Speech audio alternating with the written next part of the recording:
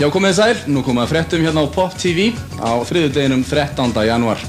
Ég heiti Frosti og í fréttum í dag er þetta helst. Bandaríska popstjarnan Britney Spears er sögð hafa samþykkt að fara í áfengismeðferð, enda farin að gera sig grein fyrir því að hún hafi alveg farið yfir strikið með þessu giftingargríni í Las Vegas þarna daginn. Vinir og fjölskylda Britney eru sögð hafa lagst á eitt við að koma vitinu fyrir söngkonuna og hún hefur nú fallist á að ræða við áfengismála ráðgjafa.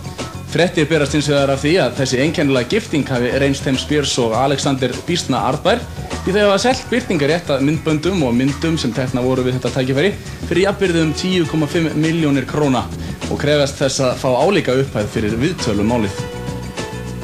Og nú fer senn að líða því að við fáum að sjá ítarlegan þáttun brúðkaup þotuparsins Carmen Electra og Dave Navarro úr hljómsveitinni Jane's Addiction, en parið gifti sig í nóvember í fyrra og að sjálfsögðu var MTV ekki langt undan og var þá gerður enn einn raunveruleika sjónvarpsþátturinn um allt heila klabbið.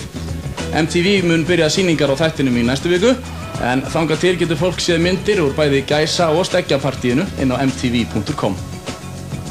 Og Travis Barker, ofurtrommari með meiru, er nú loksins genginn út en hann trúlofaðist kærustu sinni á síðasta jóladag. Kærastan var nú ekki að verri endanum en svo er engin önnur en Shanna Moakler, fyrrum leikfélagi ársins eða Playmate of the Year hjá Playboy og ungfrú Ameríka. Shanna fætti fyrsta barn parsins í október síðastliðnum og var það drengurinn Landon Asher Barker sem að augljóst eftir að láta mikið að sér kveða í framtíðinni.